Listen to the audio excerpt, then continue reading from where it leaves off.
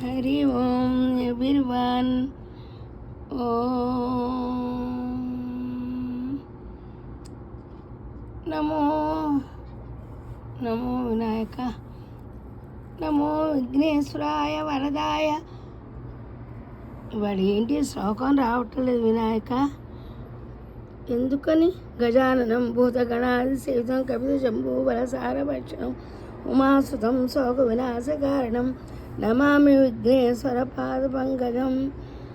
అమ్మ వరలక్ష్మీదేవి, ఫస్ట్ ఇవాళ శ్రావణ మాసం ఆఖరి రోజు కదా, ఈ పాట పాడి మీకు విషయం చెప్తానే. ఎట్లా నిన్నెత్తుకుందునమ్మ వరలక్ష్మీ తల్లి, వరవీణా మృదుపాణి వనరుతలోచన రాణి సురశిర బంబరవేణి సురనుత కళ్యాణి.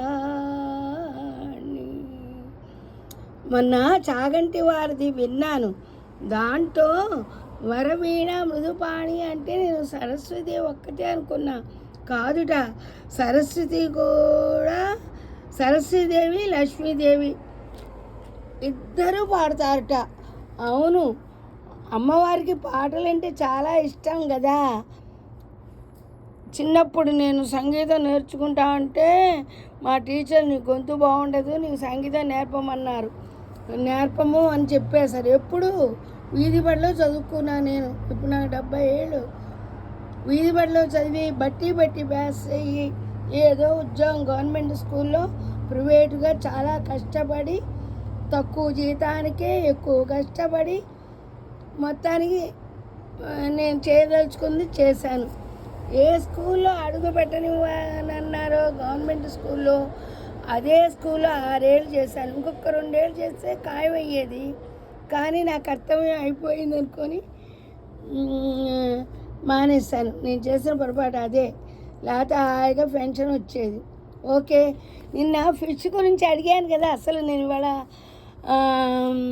ఇవాళ నేను యూట్యూబ్ పూజ చేసుకుంటూ మధ్యలో పెడుతున్నాను, అందుకే సరిగా శ్లోకాలు కూడా రాలేదు. నిన్న ఫిష్ గురించి అడిగాను కదా.